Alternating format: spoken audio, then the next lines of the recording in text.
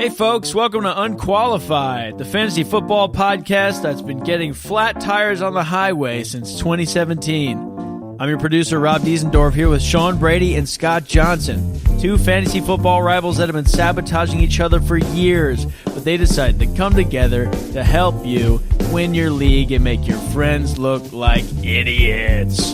How's it going, fellas? Better than you, it sounds like. Yeah. I've never gotten a flat tire on a highway. I've gotten a flat tire, not on a highway. You want to talk about it, buddy? It's been an awful day. I was driving on the highway, and then all of a sudden I wasn't. Well, that makes it sound like you just swerved off a highway. Did that happen? Yeah. No, that didn't really happen. Okay. Well. I was driving on the highway, and then all of a sudden I just heard a flubbering, flapping sound. Good way to describe it. And my wheel kept turning to the right. Ooh. And I was like, that's not supposed to happen. And then I couldn't, and the problem is that I couldn't find a place to pull over, and then finally I found, for some reason, a neighborhood on the side of the highway. Random neighborhood? There was a neighborhood, there was a neighborhood, so I pulled into the neighborhood, and luckily put the spare on, but I had to kneel down in a pile of wet leaves to do it. Oh, God. So to put the donut on? Yeah.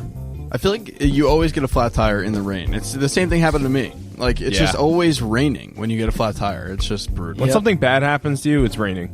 Yeah. When it rains, it pours. And then you have that moment where you're like, should I just go in the rain and take my headphones off and just let it wash the bad day off of me? Yeah. You just stare up and wonder why. Let the rain come down. Yeah. I don't know that song. Yeah. You know how that goes. Yeah. Well, you're doing okay now. Just Better? like they always say, when the rain falls down. Oh, God. Something around, and something dreams. That's the end of the lyric. Dream. Anyways, what is this, a fantasy football show? Should we be talking about football? What's going on in football? Yeah, let's do it. After that beautiful introduction, thank you so much for that. Put me in an existential mood here. No, just kidding. We're doing a Week 11 preview. Ooh, so the big one. Recapping a little Week 10, doing a little Week 11. Another big bye week. So we got 6 teams on bye. They're not too much firepower going on. So you got the AFC East basically, Buffalo Bills, Jets, Dolphins, Patriots, and then you got 2 very poor teams, even though the Browns just had a good win. The Browns and the 49ers on bye. So, Sean, you want to get into who you're replacing this week, and then we'll get into overall thoughts? Yeah, I mean, you're essentially replacing the Patriots in your lineup. So, Tom Brady, James White, Sony Michel, Edelman, Josh Gordon. And then as far as the rest of the AFC East, maybe you're starting Kenyon Drake or LaShawn McCoy, but probably not. You're probably not starting them anyway, so that's not a big deal. And then on the Browns, you're missing who I believe might be a low-end RB1 at the moment, Nick Chubb. So that's really the biggest miss from the Browns that you're going to be kind of feeling this week. Yeah, you might be playing Duke Johnson Jr. or Jarvis Landry, but they're not really thrilled with them at the moment anyway, so you probably want a week off from them. And then George Kittle on the Niners. So it's really, there's 6 teams on bye, but that's 10 players, so it could be a lot worse. And the guy out of that list, I mean, Chubb is unbelievable, but Duke Johnson is having some steady value the last 2 weeks with the new offensive coordinator. I think they're finally figuring out that, hey, we need to get him the ball. He's kind of like the slot receiver almost on that team. So he lines up out wide, getting pretty good steady production out of that running back 2 spot on that team, basically. And then Nick Chubb is just a monster, absolute monster. All right, let's get into overall thoughts. So I'm at the point right now where it's the fantasy football burnout time. I'm there. Oh, it's well, that's because you have too many leagues. That can't make it No, it easier. doesn't. I've had 70 games that I've had to account for. This just if you want to think about this that way, 70 matchups. That's absolutely insane. It doesn't help the burnout season. I think it happened 2 weeks after this point last year for me, week 13, 14, right before the playoffs. But it's coming a little early, so just got to keep on swimming. If you're in that burnout time, just keep at it. The season's almost over. Scott's fantasy football burnout is my fantasy football death. Yeah, so you're is the equivalent to my death. And then we got 2 seasons coming up. Trade deadline season. Most of them are November 21st. So get those trades in this week. Get buy low guys. We said Fournette, Dalvin Cook, Aaron Jones were all buy lows last week. I don't think they're going to be the same. It might be too late. Probably missed the boat on those already. Should have listened to us last week. And then handcuffing season. So this is the time to. So basically in the waiver wire, there's really not that much going on in terms of running backs, and all year there really haven't been either. If you look at like week 4, Wendell Smallwood headlined the fantasy waiver wire in terms of running backs, and he is totally flopped. So any running back that you think would have value, they really haven't, besides Nick Chubb. So now's the time to get the handcuffs that on the Arizona Cardinals, on the Rams, on the Cowboys, that if those starters go down, you're going to see a dip in production, but you're not going to see, you're going to see a huge dip in production from Todd Gurley to Malcolm Brown, but I'd rather have Malcolm Brown on the very off chance that Todd Gurley does get hurt in like week 13. So you have him for the fantasy playoffs and you get running back 2 production out of it. And for those listeners who have been listening for half a season but don't know anything about fantasy football, handcuffing season is when you find someone that you love and then you handcuff yourself to them. And you force them to play fantasy football. That's exactly with you. it. Yeah. So find somebody that you love, and find those handcuffs. You can go to any party city; they should have them. I just got to say, I'm just going to cut you off because I feel like it's for the best here. I don't know how far Rob's going to go with that handcuff analogy, and we got to keep it clean here. One handcuff that I think you have to account for, and obviously Malcolm Brown has probably like been on the bottom of a Todd Gurley owner's bench the whole year anyway. Jalen Saunders on Pittsburgh.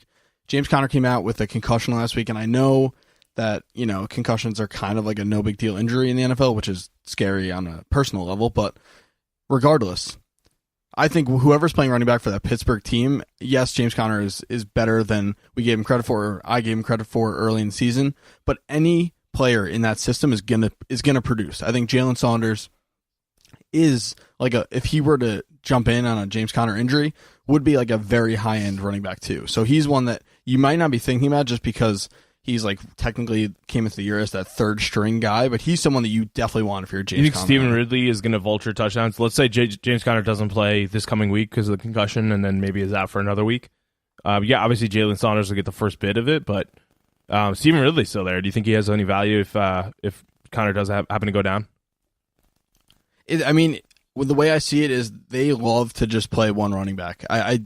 They're doing it with James Conner this year. They easily could have said, let's ease the load on James Conner and give Stephen Ridley, 10 touches a game, but they haven't done that. And I think Jalen Saunders' talent level alone will outshine Stephen Ridley. Obviously, he's not taking the job from James Conner anytime soon, but Stephen Ridley is he's like a zombie at this point, so I don't see that happening. No, I agree. And some other handcuffs that you should think about, especially if you own these starters on like Arizona. Chase Edmonds is a backup.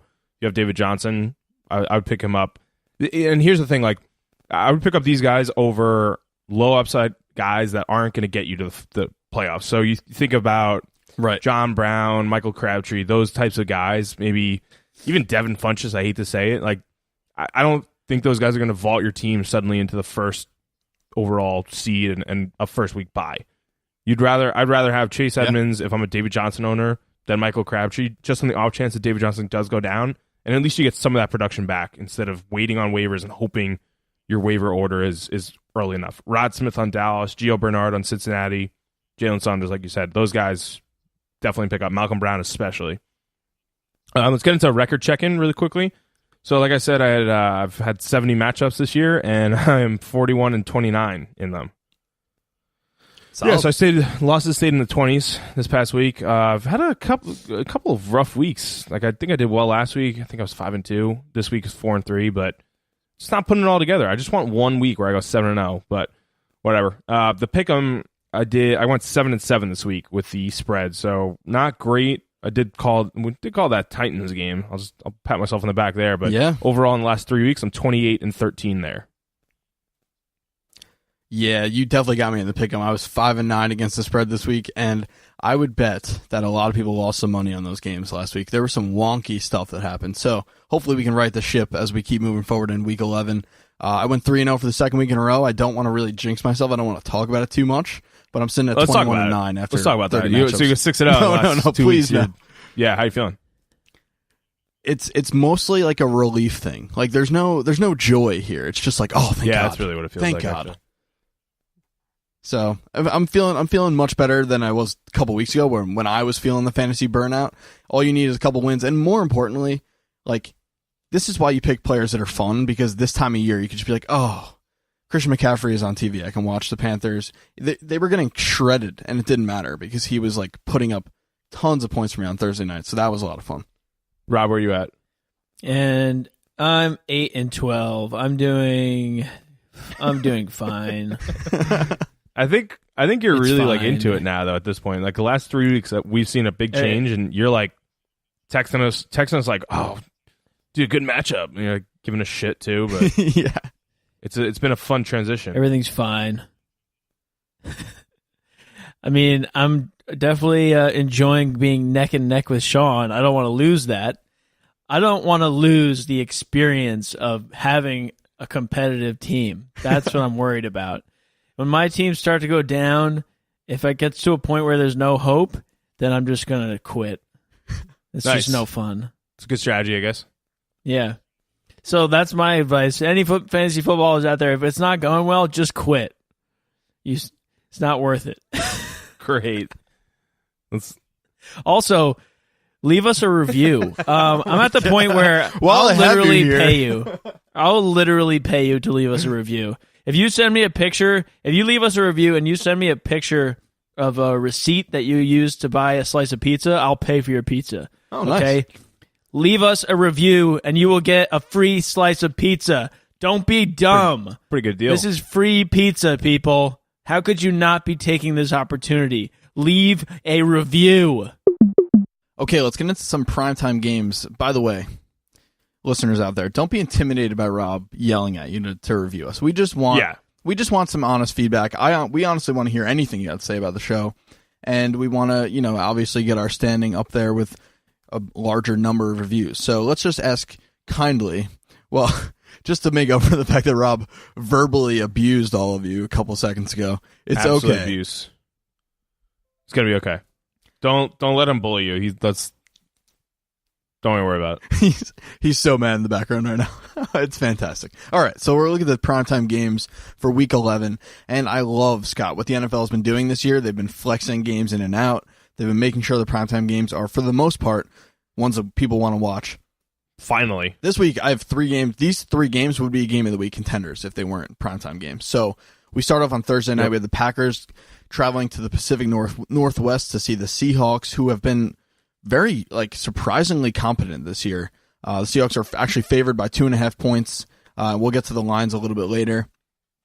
And this thought just popped into my head. I don't know why. It has nothing to do with football. I feel like Seattle and the Portland area is where Aaron Rodgers is going to settle down when he retires. I feel like it's just a good fit. He can get away from people. I feel like he needs space.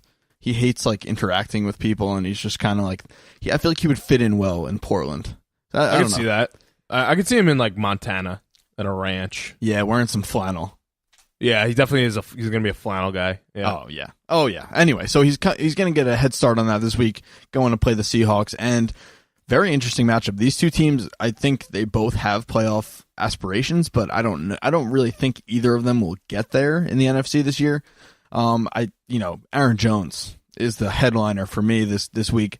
We're going to see right here, right now, if he's really an RB1, if he's a low-end RB1, that would make me ecstatic. I have him in 2 leagues, so really hoping that happens. And I don't know, as much as this line is meant to scare people off, I really think the Seahawks come away. They're just a more complete team than the Packers. Yeah, I agree with that. And if you look at Thursday night games, I think I've learned my lesson betting against the home team. Yeah. So home teams are 8-3 so far this year. So the only ones that weren't were when the Chiefs beat the Steelers at Pittsburgh, the Eagles beat the Giants at MetLife, and then the Broncos beat the Cardinals. Those are all the away winners. So, I mean, it's pretty much blowout wins, the Chiefs. I mean, the Chiefs and the Steelers, that's a shootout, and the Steelers in the beginning of the year weren't nearly as complete as they are now. But the what was it? The Eagles beating the Giants and the Broncos beating the Cardinals were blowouts. So I'm taking the Seahawks here. I think they're going to cover. I think they're going to win this game as well. I think you're right. They are more complete. Aaron Jones is going to get bottled up in this game, even though he is like a running back 1-2 tweener. He's averaging, and it's insane how much he's averaging. 6.8 yards per carry, and then you bump that up to 7.13 when he gets over 10 carries a game. Wow. So McCarthy I should finally be seeing, all right, I got to give this guy the ball. He's going to get 15 and 20 touches a game now, but this is a tough matchup. Scantling, it's a tough deep league matchup as well. Seattle has been top 5 against wide receivers this year. And if you look at the other side of the ball, the Packers defense is relatively middling. Besides against wide receivers, they're bottom 7 in the league. So David Moore is a sneaky play here, as well as Lockett should get a touchdown. Doug Baldwin, he's taken the number 1 cornerbacks with him, but he's nothing more than a wide receiver 3 the rest of the way. And in one league, it's a very shallow bench. I have to drop him this week for a tight end to fill in for Kittle. So I wouldn't drop him, but he's definitely a bench guy. He's getting no more than 5 targets per game, which is not sustainable for fantasy production. Yeah, definitely a disappointing year for Baldwin this year. And I think, Scott, we're both taking the Seahawks against the spread here to cover by a field goal. I just want to add one thing. It honestly doesn't matter who the running back is for the Seahawks. They've been very productive this year. So we saw Rashad Penny step in and go off. He had, I think, 14 carries over 100 yards. And again, like if Chris Carson is going to be out again, between Mike Davis and Rashad Penny, I think they're both usable this week against the Packers. Yeah, so here's the thing with the running backs. It's like a 3-headed monster, and there's no guy that's really distinguishing himself. I mean, everyone was clamoring for Rashad Penny. I think he had 12 for 108 and a touchdown and then a couple of catches, and he was a good catcher in college. But, I mean, you look at Mike Davis, he had 14 touches this past week, I believe. Couple of catches out of the backfield. Chris Carson was productive when he was out there. It's just a hot hand. You can't really rely on any of them. So I have Carson in one league. If he's healthy, I'm gonna throw him out there. Pete Carroll said he's definitely gonna play this week, but it's a short turnaround time on Thursday, and he missed last week. So I don't know. I mean, I guess Rashad Penny is a pickup, but I would rather have like a Malcolm Brown or like if you're a Todd Gurley owner or Chase Edmonds if you're a David Johnson owner than Rashad Penny. I don't know. Yeah, I mean, and what he showed early in the year was scary, but if you look at his pure numbers, there's definitely enough there to pick him up this week. At least take a speculative flyer on him moving forward this week. So Thursday night game should be very interesting. We're both picking against Aaron Rodgers there, which is always scary, but the rest of that Packers roster is a little shaky. Yeah, one other thing too. Before their bye, the Seahawks were number 1 against the quarterback. Since their bye, they've given up at least 2 touchdowns to quarterbacks in every single game and at least 17 points. So you're looking at Aaron Rodgers. He should have a pretty good game here. It seems like it did sound like it was more scary than it actually is. Sorry. Yeah, so some sneaky shootout potential there. Actually, that's definitely one to watch. So let's look at Sunday night where the Vikings are going to Chicago to take on the Bears.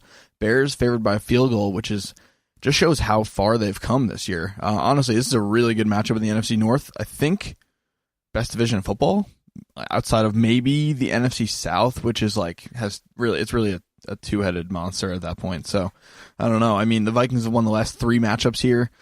They are coming off a bye week with Dalvin Cook, who I think immediately is an RB2 after that big week before the bye. And obviously it's going to be good to have Thielen and Diggs back in lineup. So I don't know. As much as I like the Bears and I like watching the Bears, and as much as I loved what I saw from Allen Robinson this past week, I'm still taking the Vikings against the spread here. I think they're just a better overall team because honestly their quarterback's better, and that's the biggest thing for me. Yeah, so to go team by team. So actually let me back up a little bit. The Vikings have won the last 3 matchups here. So last year they won by an average of 8 points in each of their 2 matchups. And this game is for first place. So this is going to be a hard-hitting game. I think these 2 teams are a little step above the Packers in terms of completing the team. Yeah, definitely. The Vikings just had a really well-needed bye. So Dalvin Cook, he does vault back into RB2 territory the rest of the year. But this is like the toughest matchup he's had all year. And he wasn't, did they play already, the Bears and Vikings? They might have not played yet. I have to look at that, but I don't know if they did. Yeah. This is a really tough matchup. Before this past week where Kerryon Johnson had a rushing touchdown and a receiving touchdown, they hadn't given up any rushing touchdowns to running backs at all. So I would temper expectations for Dalvin Cook. I wouldn't play Latavius Murray. I think Thielen and Diggs, if anything, the messy part of the Bears defense is in the wide receiver sector. So Thielen and Diggs should get back on track. Hopefully Diggs is healthy. Laquan Treadwell, vaults up to a flex guy in deeper leagues if Diggs sits. And Rudolph has a middling matchup, so I wouldn't expect him to go off. But yeah, on the Bears side, keep Cohen in lineups. It's a low-key really good matchup for him. So the what's the Ringer NFL podcast? They had said the DVOA of Minnesota linebackers is one of the worst, if not the worst in the league, which means basically like adjusted yards, and linebackers are horrible in coverage basically. And they just got thrashed by Kamara 3 weeks ago. Theo Riddick 2 weeks ago had 7 catches against them. So Tariq Cohen should go off. He should. I'm expecting like 6 to 9 or 10 catches in this week. Yes, this is the first time these teams are meeting this year, so it's going to tell us a lot about both teams, honestly. The Vikings, everyone thought were going to be in that Saints and Rams class, but honestly aren't, and the Bears are that ascending power, so we're going to learn a lot this week. Yeah, and any of the pass catchers on Chicago, I would temper as well. A-Rob just had 6 for 133 and 2 touchdowns, but this is a really tough matchup. He did get the Darius Slay treatment last week against Detroit, but he has Xavier Rhodes, who is, kind of a step up from that. And, they do just pass the ball around. Like they have Trey Burton, they have Allen Robinson, they have Tariq Cohen, they have a plotting rusher in Jordan Howard. They have, who's the rookie? Oh, Anthony Miller has had a huge week. Yeah. Yeah, so they don't really need like one particular guy to go off. So this is a tough matchup for A-Rob. All right, so we split there. Scott taking the Bears, underdogs, or actually favorites at home. I'm taking the Vikings to I think the Vikings win outright here. It might be like a 1-point game, but I really like Mike Zimmer as a head coach, and I like Kirk, so I think the Vikings will get back on track after the bye. Let's look at Monday night. So the Chiefs at the Rams. Now, Scott, is this game in Mexico City or in L.A.? Because I'm just like, I can't keep up at this point. Yeah, so as of Tuesday, Adam Schefter reported at like 5 o'clock that, so it was supposed to be in Azteca Stadium, Estadio or whatever, Estadio Azteca in Mexico City. The field conditions were so poor that both teams were clamoring to get out of there. So you look at like the Rams were actually practicing in Colorado because the elevation in Mexico City is 7,300 feet. So both teams had asked to play in Denver the week before, kind of looking ahead. They were both denied by the NFL. So the Rams have been practicing in Colorado to prepare for that high altitude. But the field conditions were so bad, apparently, that I think they're moving it back to LA. So we'll have, once this podcast is released, like we'll know.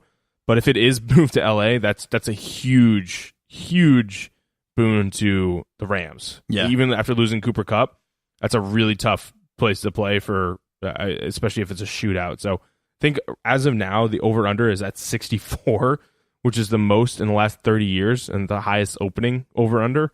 And per Pro Football Reference, there have been a total of 6 games over the last 15 years that have had an over-under of 58 points or more. 5 out of those 6 games have hit the over. This is going to be a high-scoring game. Yeah, I mean, typically with like an over that high, you would be like, okay, like let's look at the other, like how is this not going to get there? And like honestly, no, like outside of Aaron Donald like going bonkers against the Chiefs O-line, I don't see any way that this game doesn't reach like at least 70 points. Like it's going to be a shootout. Fantasy-wise, you want every piece of this matchup you can get, which is what we say about both of these teams every week. So I will say Josh Reynolds is definitely a nice pickup this week with Cooper Kupp leaving, for the year with the ACL injury. I don't know where all that third receiver production goes. Maybe it does, give a little uptick to Woods and Cooks. I can't even imagine what an uptick for Todd Gurley would look like, but that's possible too. But I think Josh Reynolds gets a good chunk of that. He's definitely worth an ad. And as far as the over-under, this is like, I honestly would never bet this game. I just cannot wait to watch every single second. The offensive play calling on both sides is going to be just tremendous. I do think this might be a statement game for the Chiefs. I mean, the Rams have looked more susceptible on defense lately, and I think the Chiefs are just, they're coming off a game where they didn't really get going offensively. They put up like 26 points, which is, fine, but it's not Chiefs fine. So I think they really get back on track this week. I'm picking them as a road dog to possibly win outright this week. I think if Watkins comes back, the Chiefs had a better chance. He was out last week. Not that really affected them last week against the Cardinals, but they weren't even close to the spread of 16.5. Yeah. And we should have seen that coming. That's a ridiculous spread. But if you look at Josh Reynolds, he'll replace some of Cooper Kupp's production, but Reynolds went to the outside, and actually Woods went to the slot once Cooper Kupp went down. So Woods, you have to think, is gonna be top 5 for the rest of the year. Cooks will still stay in his same position. Reynolds will take the outside where Woods was. And the Rams play 3 wide receivers 95% of the time. So I don't think that's going to change necessarily. Both tight ends, Gerald Everett and Tyler Higbee, both scored. But they only had 5 targets amongst them. So I don't think that plays. And this defense, it's 26 against tight ends, but who are you going to play, Higbee or Everett? No clue. And I'm going to take, up until it was announced that they're probably going to move the game back to L.A., I had the Chiefs, but now that it's in L.A., I'm going to take the Rams. Okay, so 2 splits in the primetime games. We'll see who comes out victorious this week. Okay, let's get right into the quick hitters, and the first one is one of those ones that just makes you go, why? And this is the Raiders at the Cardinals. Why is this necessary, this game? Yeah, this is just honestly risking people's health for no reason. So I don't know. I'm not watching this game at all. If it pops up on Red Zone, I will look away from the screen. If this was a primetime game, there would be riots in the street. Yeah, absolutely. Imagine these teams having to travel to go play in Azteca Stadium. They'd just be like, what's the point?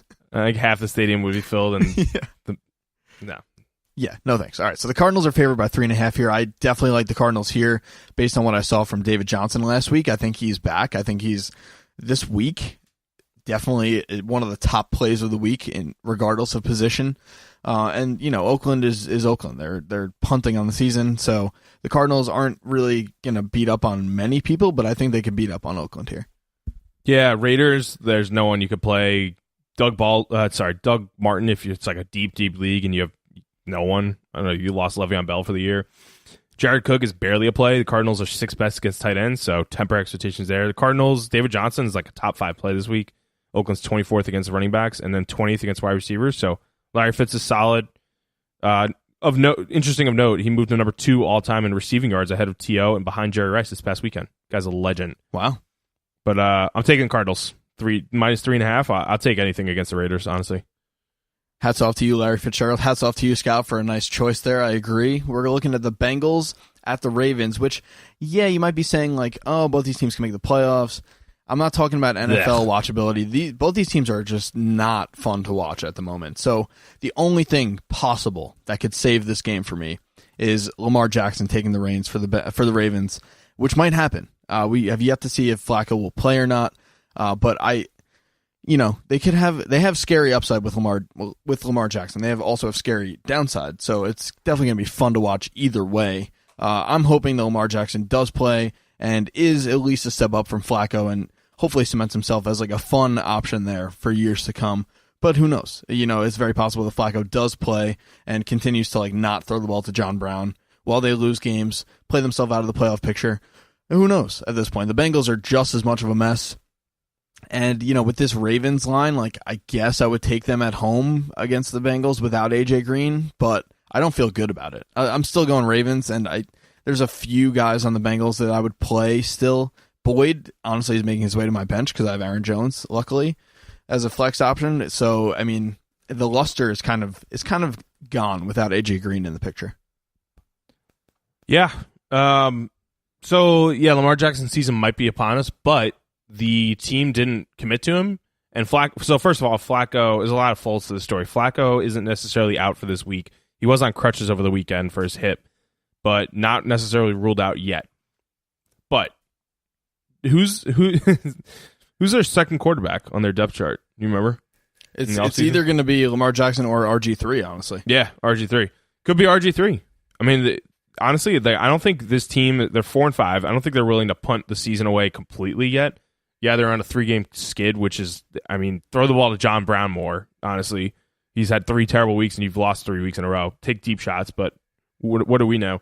But I don't think they're willing to punt the season away yet, just to see if Lamar Jackson is okay. They might think they have a better chance with RG3. So I added Lamar Jackson in one league because, why not? But because I had room, I dropped Doug Martin, but I don't feel great about this game.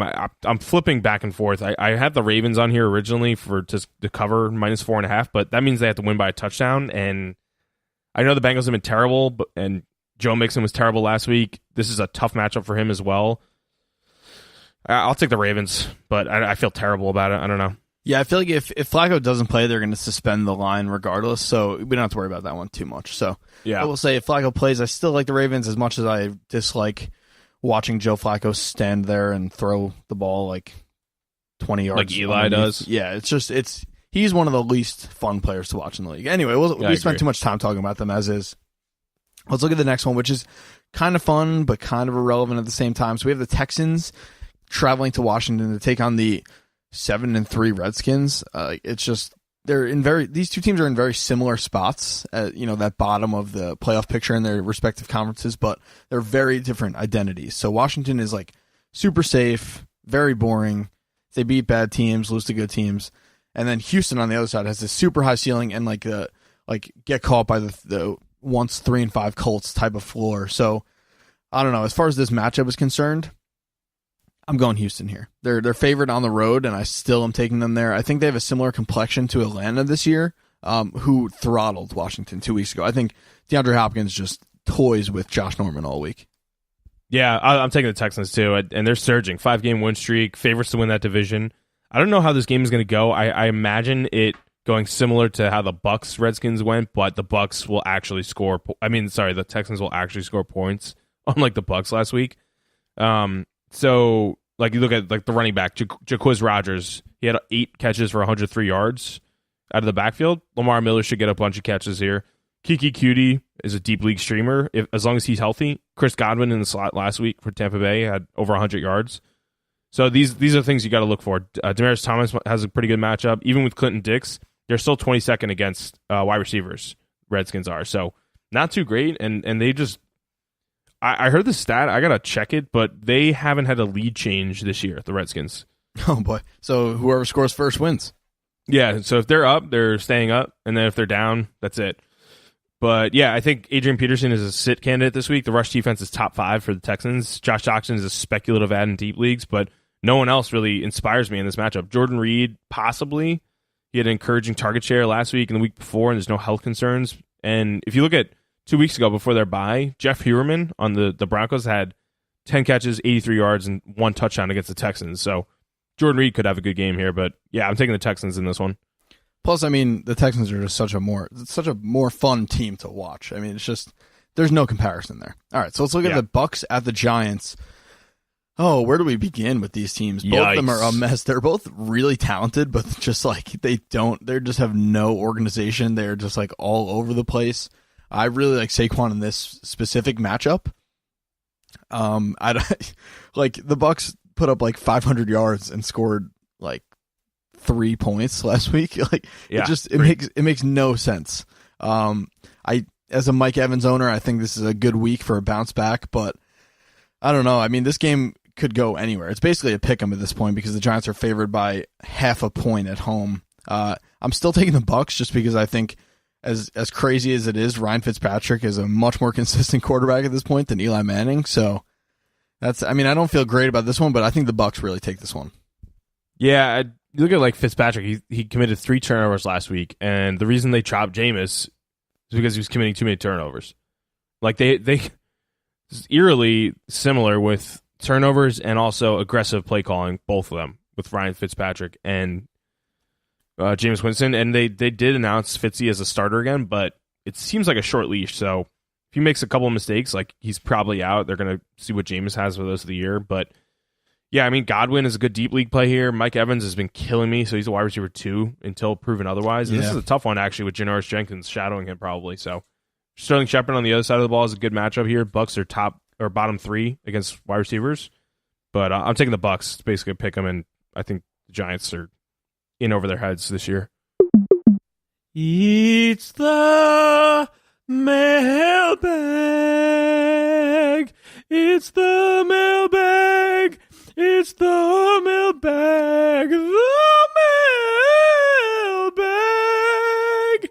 It's the mailbag. It's time for the mailbag. Everybody's favorite segment. God. Damn, I was about to come in with the symbol. Oh, damn! You should have. I was literally looking around my room for some sort of percussion instrument, but I couldn't find one. So, oh well. Next time. It's back. Mailbag is back. We got Tons of responses again. It's just blowing up every week. It's insane. Probably because we are rated #1 podcast of all time. Thank you for by that, the New York everyone. Times. Thank you, New York Times, for that. Thank you, Washington Post, for publishing that same article. And also thank you to the Wall Street Journal for rating us #1 financially stable podcast of New York. All right, You're So- really having a rough day today, aren't you? First wait, question. I'm sorry. Hold on. We're just gonna gloss over the fact that you just sang like that. It reminded me. What's that movie with Kevin Hart and Josh Gad, and he's his best man? He like hires him to be his best man. Oh, I'm blanking. I don't know if I've seen that No movie. idea. I don't know what you're talking about at all. The Wedding Ringer. The Wedding Ringer. That's it. It was a couple years ago. It was Kevin Hart. He gets hired by Josh Gad because he's kind of a loser to be his best man, and Josh Gad busts out in song just like that, like you just did. Oh wow. Anyway. Okay. Yeah, I don't know. I don't know anything about that. All right. Well, fuck me, right? Anyways, yeah, let us know in the review section if you guys want me to sing some more. I can sing. Just get to the sing the mailbag. intros. Sing the intro to every segment. Is that what you said? Rob, Sure. now we're going to have a bunch of reviews, and they're just going to say no. And no one's going to know what that means. I wouldn't blame him. It'd be better than not getting any reviews at all. Okay. First question comes from Tom in Brooklyn. In Brooklyn. You know where that is. Bookland. What's the deal with airline food? It's very subpar. It's basically microwavable food. That's pretty much what it is. Like you get a little thing in the freezer at a grocery store and you heat it up for 4 minutes. Like that's what it is. And every single time it makes me bloated and farty. Oh, Nice. yeah. It's just supply and demand. They take away the ability to go and get whatever you want, and they say, "Here's a bag of peanuts. It's $6, and you have to deal with it." And You're not going to not eat them. Yeah, I mean, but I will say, okay, so airline food is brutal, but for some reason, having like a nice drink or even a soft drink on an airplane is like it's a phenomenal experience. I'm a Am I wrong? big fan of vodka sodas or like double vodka sodas so on planes. Yeah. It's just because of the deprivation. We're just deprived of so much when we're in the air. Yeah. You know what you could call it? Skyway robbery.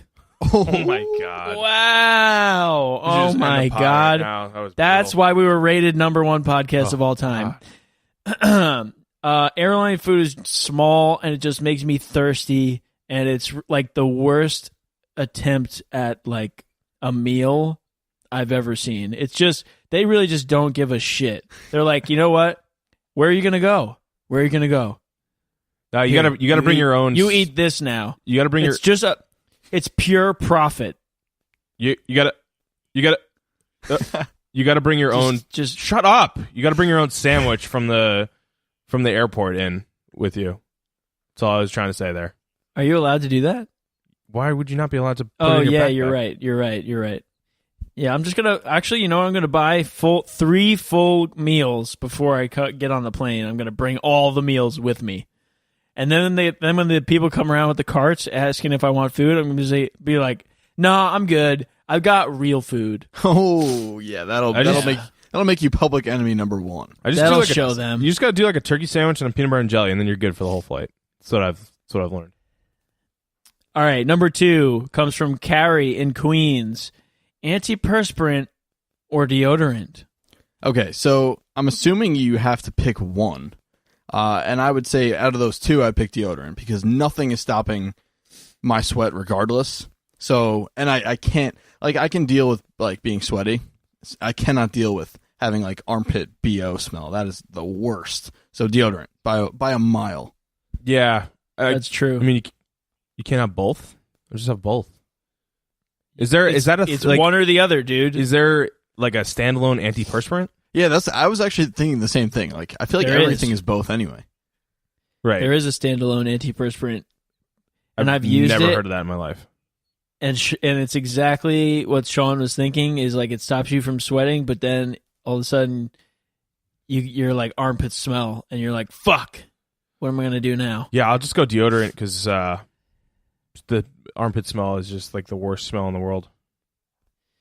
I think, shit, you guys really convinced me the other way. I was gonna say antiperspirant, but You're right. Well, you're sick. I was like, I can't deal with my shirt looking all wet, but I feel like it's better to look wet because you can maybe even hide it under a jacket or something rather than like smell like a freaking onion. Yeah. So this is nicely put. Yeah, you can't hide that. yeah. All right, cool. So it's settled. Number 3 comes from Jim in Minnesota. What is your favorite smell? Okay. Interesting question, Jim. What are the top smells of 2018? Oh, I didn't even see that. I didn't even see the second part. Oh, boy. I did not see that either. I think one of my favorite smells is, when you get to the beach and it's like August and you get that beach ocean smell. Oh, yeah. Like not the low tide smell, obviously, but you like the first moment you get to the beach and it's just like fresh and airy. That smell is awesome. And then aloe scented soap, hand soap. Oh, yeah, and like that goes with Interesting. your beach theme there. I like Yeah, that. it kind of is beachy, yeah. It's just, well, another thing, us psych majors will know about this, Sean. Scent is the closest related to memory out of your 5 senses. So, like, you smell something and it Really? automatically brings you back. Yeah, because I think it skips something, I have no idea, but it, like, skips something in your brain, like, maybe goes right to your hippocampus or something. I have no idea if that's even correct, factually, right now. You know what? It sounded fantastic. You know so what? I think it's probably right. Fake it till you Science make it. doesn't matter. So, yeah, it goes right to your hippocampus, and it, it brings you back to that memory that you had. Smells. Basically, the smell shoots into your ear and then it goes straight into your hippocampus. Correct. Yeah. All right, Scott. I was feeling. I kind of blanked on that beach ocean smell. That's a top 5 smell. That's a good one. But this is my number 1 favorite smell. Is fire in the wintertime. So like, oh yeah, you step outside and it's like a crisp. It's like definitely there's a chill in the air, but you smell that like someone has a fire going in their fireplace, and you can just smell it. It smells amazing. That's such fire. That's a good one. Outdoor fires also smell great in the summer, but for some reason it just smells especially good in the winter. So, oh, damn, fire is good all year round. it is. That is a good pick. That's a good pick. See, but beach and ocean smell, is that good in the winter? I don't know. It could be. Yeah, I feel like if you go, we got to go and find out. If you really like it, I guess. Yeah. Mine, my favorite smell of all time is street waffle. Oh, Have you ever walked by one of those like those are amazing. carts where they make the Belgian waffles out on the street, like in the city? Waffles and dingies. Yeah. That smell is like heaven. Every time I smell it, like I'll stop. I literally will stop walking because I like the smell so much. Oh my god! Like it just makes me feel good. I love Belgian waffles, and I can't get enough of it. Can we talk about, before we go on to the next question, can we just like name some other good smells like for the next minute? Bacon. Well, we need the top coffee. smells of 2018. What are the top smells of 2018? I said aloe scented soap. Well, I didn't say it was the top smell of it 2018, but that's my smell. Let's rank. Let's rank the top 3 smells of 2018. I'm gonna say for mine, Cinnabon Cinnabon? or like cinnamon buns. Oh, just cinnamon buns or Cinnabon? Cinnamon buns. Interesting. I'm trying to. I don't know what smells are from 2018. Like what smell encapsulates this year? So I've been getting more. I was never. This is gonna sound crazy, but I was never a huge bacon fan. Like I liked it, but this year I'm starting to really like it and like go out of my way to have it. And He's getting into big bacon's gonna be happy to hear that. Big like bacon guy now. Yeah. You should get into pork belly. Nah, I've had that. It's very fatty. I don't like that. Oh, I love that. Yeah. What about you, Sean? What's the top Baby smell? steps. Honestly, I'm not a coffee drinker, but I love the smell of coffee. Mm. If Coffee. if It's it gotta tasted be. as good as it smelled, it would be. I would never stop. I would never not be drinking it. But That's so true. It's just gotta be doesn't taste as coffee. You're right. It is weird. It's a weird contrast. All right. Number 4 comes from Colin on Long Island. What are some dogs that are so bad they've been put into the cat category? Wow. That's a Okay. hot question. I got this Jeez. one right off the top of my head. Poodles and like the show dog kind with like the poof on like the weird spots. Like And the ponytails. yeah, no, thank you. Yeah. That's my short answer there. I hate poodles. I like hate them with a burning passion. Jeez. I think they're. Yeah. I feel like they're pretty aggressive too, aren't they? An aggressive breed. That's what I've heard. And cats are kind of aggressive. There's no upside there. There's really no upside. They look snooty and I feel like they act snooty too. Very low floor, low ceiling type of dogs there. I would say Chihuahuas, just because they're small and yappy and annoying. That's a good take right there. Taco Bell tried to make Chihuahuas like socially acceptable, and it didn't work. They had to stop using it for the advertisements. Yeah, the Yo Quiero Taco Bell guy. Yep. Chihuahuas are good for like commercials, but not for owning. And I'm not sure where they even belong in the real world either. If you were to let Chihuahuas run wild, where are they going to go? I feel like I always see like Chihuahuas are the number one dog that you see in a purse or a handbag. That's very true. Yeah. I feel like you see them in like Beverly Hills or something like that too. Yep. I don't know why, but I keep seeing like big dudes like walking around with these like little tiny Chihuahuas in the city. Where are you walking? And I don't know if it's a trend. I don't know if I'm like walking in a weird area, but probably. It's just very funny contrast. Mine actually would be wiener dogs. Yeah, I know I'm going to get some flack. I know it's a hot take. I'm going to get some flack for this, but I'm just not into it. I'm just not into a long boy. I don't want a long boy. Yeah. Why do they have to be so long? They're not cute. I don't think they're cute. I think they're weird. Yeah, I'm with you, Scott. They're weird. I'm against you wholeheartedly, Rob. Every time I see one of those on the street, I'm like, I can see why you're saying it, but I think they're kind of cute, honestly. No. Oh, okay, look, here's another interesting dog, okay? It's a... Oh, shoot. Now I'm forgetting it. A good one, bro. Look, wiener dogs aren't cute, but I just was thinking of it. What are the little fluffy dogs that are short and stubby? I have no idea. They're short and stubby. Yeah, I have no idea. They're corgis, Welsh corgis. Oh, okay? Yeah. Oh, Welsh corgis are awesome. They're awesome. Good. I was gonna. And they're like short. They're like short, stubby, long boys. But wieners are just weird. Next question, number 5, comes from James in New Jersey. Where is the best slice of pizza in New York? Why can't we have more than one bite? Good question. You got to ask Prez that. I have no idea. James taking a jab at Barstool there. I mean, he always eats more than one bite. It's the whole thing of it. But you can eat as many bites as you want. But there's Joe's Pizza in Times Square. I think that's pretty similar to everyone's answer. But Joe's Pizza in Times Square, right on Broadway and 41st or 40th, is incredible. And there's also Sal's Pizza in Hell's Kitchen, which is like 49th and 9th. That's a really good one too, honestly. It's like kind of low key and in the middle of nowhere. I got to say, up until like a week and a half ago, I would have had no idea how to answer this question. But on Halloween night, Rob and I and Katie wound up at Joe's Pizza in the Lower East Side, so also Joe's. And this pizza was so good, Scott, that I feel like if I went back to that spot, it would like the place wouldn't be there.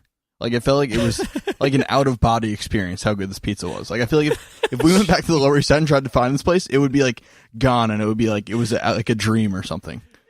It was that good. Interesting. It's an interesting It was that good. It was that good, and we were. Now I was hammered, so that was one thing. You got hammered. My answer is also Joe's. So that's a unanimous trio right there. So anybody listening, get yourself a slice of Joe's Pizza, and if you write a review, if you write a review and you send me your receipt for your Joe's Pizza, I'll pay for it. I don't even have the money to pay for it, and I will pay for it. Okay, but here's what happened to me. I got a Coca-Cola at Joe's. I got it in the glass bottle, the classic kind, and I didn't see a bottle opener available, so I decided to take matters into my own hands and open it on the countertop by lodging the cap into the counter and then slamming it. And when I slammed it, I actually knocked the top of the bottle off, like I cracked it off. And I was too drunk, so I didn't realize. And then I tried to drink from it, and I sliced my lip open. And then I blamed it on the pizza place. Even though I love their pizza, I have no bad blood with them. Isn't that a funny pun? I'm sure you're welcome back. And then, of course, I walked up to the counter, and they said, "Who tried to open it?" I said, "Me." And that's my story. Number 6 comes from Jen in Long Island. I am afraid of bananas. All right, not a question, more of just a statement. She just needed to get this off her chest. Yeah, join the club. They're weird. Yeah, I feel this on a spiritual level. I feel like I grew up and like people like smoothies, and as a kid I like didn't get it because I feel like every smoothie I had banana in it, and I like couldn't understand what the hype was about. Then I started working a tropical smoothie. Fast forward a bunch of years, and I'm like, these are amazing. And then I realized bananas, that's the common denominator of a terrible meal, terrible smoothie. They're just the most overrated fruit, bar none. So they're Jen, not a night snack, night fruit. No. Hashtag night fruit. Jen, get a grip, okay? Bananas are good. And also, you too. I'm really surprised at you guys, okay? Bananas are an amazing fruit. They're one of my favorites, if not my favorite fruit. Next to pineapple. That's disgusting. Mangoes are very good, but bananas are amazing. They taste so good. They're filling. They give you energy. They stop you from having cramps when you're playing sports. You peel. They have a peel. They have a peel. That was your pitch to us. Is 'cause they That have says a it peel? all. Scott, we will take the W on this one. Yeah. Okay. Let us know. Oh what you yeah, think. they do No. have a peel, so you have to do more work to No. eat it. Yeah. No. Where's all the hate for bananas coming from? I want to know, okay? Because I like them so much, and I just feel like everybody just hates on bananas. I have a question for you. Do you know how many grams of sugar are in a banana? One banana? No. Can you want to guess? It's not 28 grams? No, it's less than that. I guess it's 10 not grams? too much. 14. Wow. So I guess maybe you... Oh, wow. You just, like, really just beat yourself on that one. I mean, it's That's still, not a lot. And it's fructose, man. It's fructose. Aren't you supposed to have like 25 grams of sugar What the fruck? a day? It's fructose. Fructose. You're supposed to have 25 grams of That's sugar a day, right? Fructose. You know what fructose is? Sugar that comes from fruit. Say fructose That's one more good, time. baby. Fructose. Okay, let's get into our Tiger Bomb spicy matchups of Week 11. We have an AFC South matchup here. The Titans going to Indianapolis, taking on the Colts. Colts are favored at home by 1.5. And, you know, as far as, like, NFL standings-wise, this might not be the most fun game, but there's fantasy gold to be mined here. I mean, I think the Colts offense is legit, and the Titans just beat the Patriots. You know, we had our monthly Corey Davis sighting, and I don't know, this could be a really fun game, actually, which a month ago probably wouldn't have said that. I will say the Colts are winning this game. The Colts are winning this game at home. They're going to cover. They're a better team than the Titans. The Titans don't get blown out, so it could be close, but I mean, Andrew Luck is vastly superior to Marcus Mariota, and those tight ends on the Colts are just like, they're money. He doesn't even need T.Y. Hilton this year. He's just throwing the ball inside the numbers, getting guys open, taking hits, doing Andrew Luck things, and I don't know. I see the Colts winning this game handily. The tight ends have 15 touchdowns, I think, amongst them, and the second closest has like 8 touchdowns. They're like historically good this year. Ebron, Doyle, and then I forget the guy's name, the basketball player. Mo Alley Cox. There you go. Yeah, I mean they're killing it. So look at the Titans. So actually, sorry, last year the Titans won both matchups by an average of 9 points. That was without Andrew Luck on the Colts. So if you look at this is like an unstoppable force versus an immovable object. The Titans are quietly number 1 against tight ends in fantasy this year. Oh wow! So Doyle and Ebron are both downgraded here. Like I don't think you can afford to sit either one of them, but I don't think Luck is going to be able to rely on them. So might be a T.Y. Hilton game here.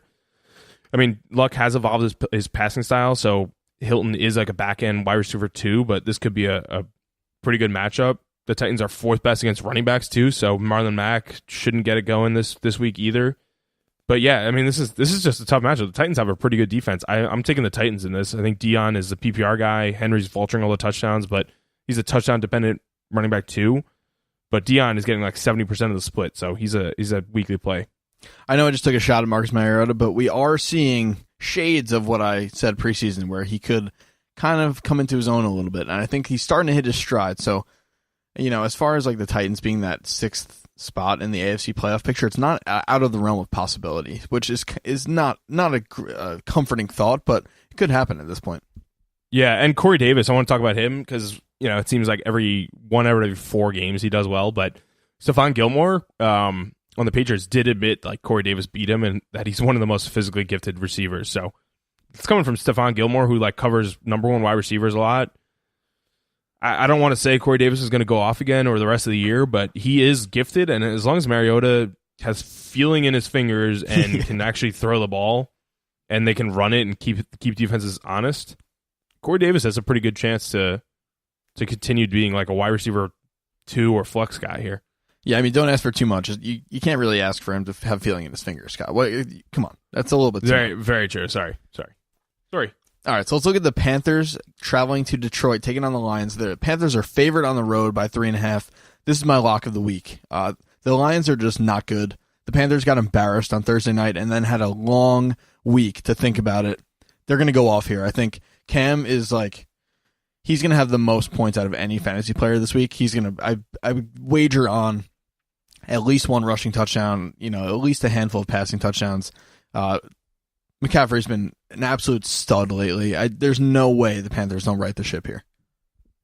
Yeah, you look at, this is a dome game, right? So it's at Ford Field. Cam has averaged 22.5 points in domes this year. So it's only a couple of games, but he does pretty well there. And he plays the Falcons twice a year, Saints twice a year. So he's used to it. I think he's going to go off in this game. They did just get embarrassed Thursday night against the Steelers. And that was a good team, granted. But, I mean, I think we thought they were the 1B to, like, the Rams and Saints 1A in the NFC, and I think they still are, but they're not as complete of a team. And I was reading an article on ESPN about Devin Funchess and how he's physically gifted, but he doesn't use his body in the way that he should. He's not a true number 1 wide receiver. Otherwise, they wouldn't have drafted DJ Moore. They wouldn't have brought in Torrey Smith. So they really don't have a lot of good weapons for Cam. Like, Cam needs them to be wide open, and that's why they do a lot of out routes, and that's why Noah Turner is such a good offensive coordinator, because he's utilizing those guys and maximizing Cam's strengths as well. But I think he's going to go off in this game. The Lions, except for Darius Slay, who just got burned by Allen Robinson last week, they don't really have a defense to speak of.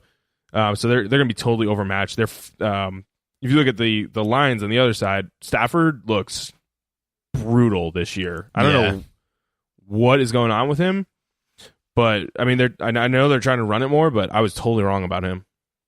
Yeah, I mean, I feel like as the franchise quarterback there, he has to be wondering, like, what are we doing? Like, why are we trading away Golden Tate? I understand, like, they couldn't afford to keep him next year, but, like, so get the 3rd-round pick as a compensatory pick when he signs elsewhere. It just, like, they traded for Damon Harrison and then traded away Golden Tate. It sends mixed messages, and honestly, I feel like Stafford took it personally that they traded away his number 1 target. So, I don't know. It feels weird, on the too. Lions side.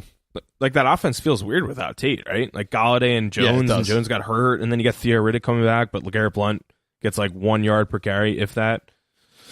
I don't know. Carolina is 5th against running backs, and they kind of sort of held their own against James Conner and his backups, like, sort of. Yeah. Like, James Conner got a touchdown, but was held to under what he usually gets, and his backups didn't do anything of note, especially them winning by 30 points. So I think Carolina's defense looked completely overmatched against the Steelers.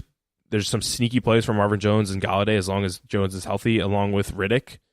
But, I mean, I think the Panthers are going to eviscerate, to go to your word, the Lions. Yes, that is them. Lock of the week. We were in agreement on the Panthers there. Let's look at the Cowboys at the Falcons. And this is another one similar to that Colts-Titans game, that if we had to look at this game a month ago, it would just be the heaviest of all size. But it looks pretty fun this week.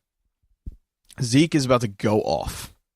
Look at what Nick Chubb did to the Falcons last week, and then tell me Zeke is not going to go for 30 or 40 points. It's going to happen. I love the way Amari Cooper looks in this Cowboys offense. I mean, obviously couldn't look worse than what it looked like in Oakland. So yes, there's a low comparison point there, but the Cowboys look like a competent team again.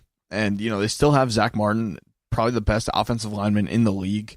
And they still have Zeke. Dak looks like he, is back to at least competence and honestly fantasy relevance again. I'm picking the Cowboys here.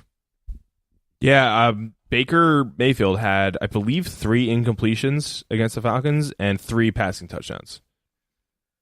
Wow. Like, He was feeling dangerous. Yeah, that's so badass. He said that.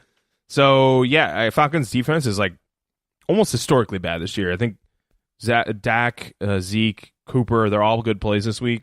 Everyone but the tight end, Jeff Swaim, is very uninspiring, so I wouldn't play him. But yeah, Dallas defense is actually one of the best pass defenses in the NFL, sneakily. So they're number one against wide receivers. It's not really close to what number two is. I think number two is the Ravens, so they're good, obviously. But Byron Scott is a shutdown corner. Julio still play, but it's a tough one. And then Ridley Sanu, they're not great plays. I think one of them will get into the end zone for a touchdown because this might be a shootout. But I think Hooper is a top tight end play. Ertz just had 14 catches, 145 yards, 2 touchdowns. And yeah, Hooper is no Ertz, but that's the way to beat this defense, apparently. Yeah, and cut that in half, and that's a top wide receiver week anyway. Yeah, exactly. And running backs, I play Tevin Coleman, not Ito Smith, but I'm taking the Cowboys in this one. I think they're going to run away with it. I think the Cowboys are better than they're given credit for, honestly. They're pretty good. Yeah, and they started to actually do some different things on offense. Yeah. Like they didn't run the same 5 plays over and over. Yeah, exactly. For a week, 10 weeks straight. Cooper really helps them. Amari Cooper, you're forgiven. You make the Cowboys fun to watch. Sort again. of. I'm not going to draft you next year, but I'm not going to despise you like I have in the past. I'd agree with that. All right, and that wraps up the Week 11 preview. This is I don't know.